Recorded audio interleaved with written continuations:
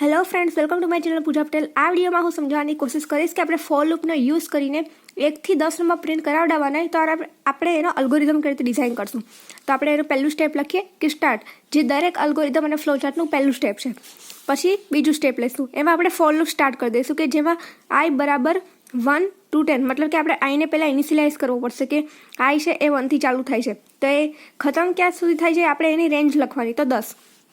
પછી એની પછીનું સ્ટેપ કે પ્રિન્ટ i, મતલબ કે આપણે આઈની જે રેન્જ આપેલી છે કે 1 થી 10 સુધીની છે, તો આપણે એને પ્રિન્ટ કરાવડાવશું કે જેમાં આપણે 1 લખીએ છીએ તો મતલબ 1 થી 10 આપેલું તો સૌથી પહેલાં પ્રિન્ટ આઈમાં 1 પ્રિન્ટ થશે.